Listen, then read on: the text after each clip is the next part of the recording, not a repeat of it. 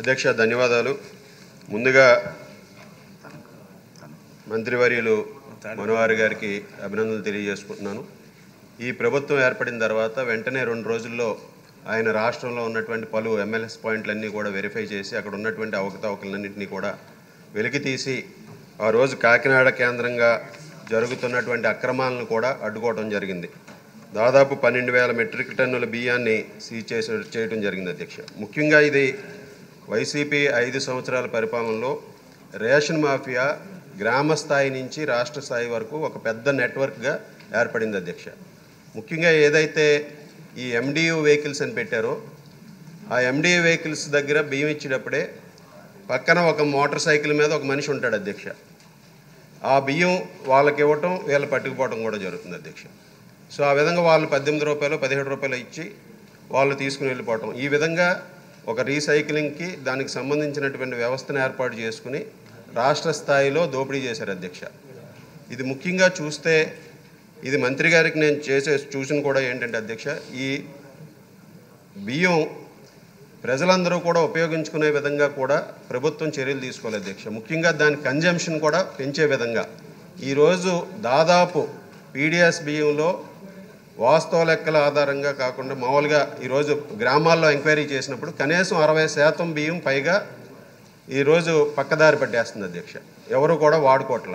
దానికి కారణం ఈరోజు నెల రోజుల్లో ఏ నెల ఉత్పత్తి అయినటువంటి బియ్యాన్ని ఆ నెలే మనం పంపిణీ చేస్తున్నాం అధ్యక్ష. కనీసం ఒక 4-5 నెలలు దాన్ని నిల్వ చేసి పేదలకు అందిస్తే వాళ్ళు పాత బియ్యం కింద వండుకోవడానికి కూడా బాగుంటుంది. కొత్త బియ్యం అయితే దాని ముద్ద కింద తయారైపోయి తినడానికి కూడా కొంచెం ఇబ్బందిగా ఉండటం వలన ఈ విధంగా కూడా కొంతమంది అమ్మటం కూడా జరుగుతుంది అధ్యక్ష. అలాగే మంత్రి గారు చెప్పినట్టు 9,664 అరెస్ట్ కేసులు పెట్టామన్నారు. 76,000 మెట్రిక్ టన్నులు సీజ్ చేశారు అధ్యక్ష. ఇక్కడ ఈ బియ్యాన్ని కూడా సీజ్ చేసిన బియ్యం కూడా ఏ విధంగా ఆక్షన్ చేసి ఎవరు కొంటున్నారు, దీన్ని ఆ కొన్నటువంటి బియ్యం ఏ విధంగా దాన్ని ఉపయోగించుకుంటున్నారు అనేది కూడా చూడాల్సినటువంటి అవసరం ఉంది అధ్యక్ష. ఈరోజు నేను ఒక చిన్న మనవి మంత్రివర్యులకు చేసుకునేది, మంత్రి గారు ఇన్ఛార్జ్ మంత్రిగా ఉన్న ఏలూరు జిల్లాలో సీజ్ చేసినటువంటి బియ్యం 5 సంవత్సరాల్లో ఎంత ఉంది, ఆ బియ్యం కొన్న వాళ్ళు ఎవరు, ట్రేడర్స్ ఆక్షన్ పెట్టినప్పుడు, ఇదంతా కూడా ఒక నెట్వర్క్ తీసుకుని నాకున్నటువంటి ఇన్ఫర్మేషన్ ప్రకారం ముఖ్యంగా 22-24 వరకు ఉన్నటువంటి అప్పటి పౌరశాఖ మంత్రి గారి కనుసన్నల్లో ఈ నెట్వర్క్ కూడా పనిచేసి కేవలం కొంతమంది వ్యక్తులే ఈ బియ్యాన్ని కొన్నారండి రీసైకిల్కి.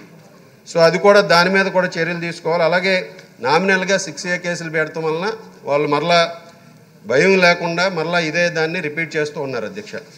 సో దీని మీద కూడా చర్యలు తీసుకుని ముఖ్యంగా దీన్ని అడ్డుకట్ట వేసే విధంగా పేద ప్రజలందరికీ కూడా మంచి బియ్యాన్ని కూడా అందించే విధంగా కూడా ప్రభుత్వం చర్యలు తీసుకోవాలని ఈ సందర్భంగా మీ ద్వారా తెలియజేసుకున్నాను.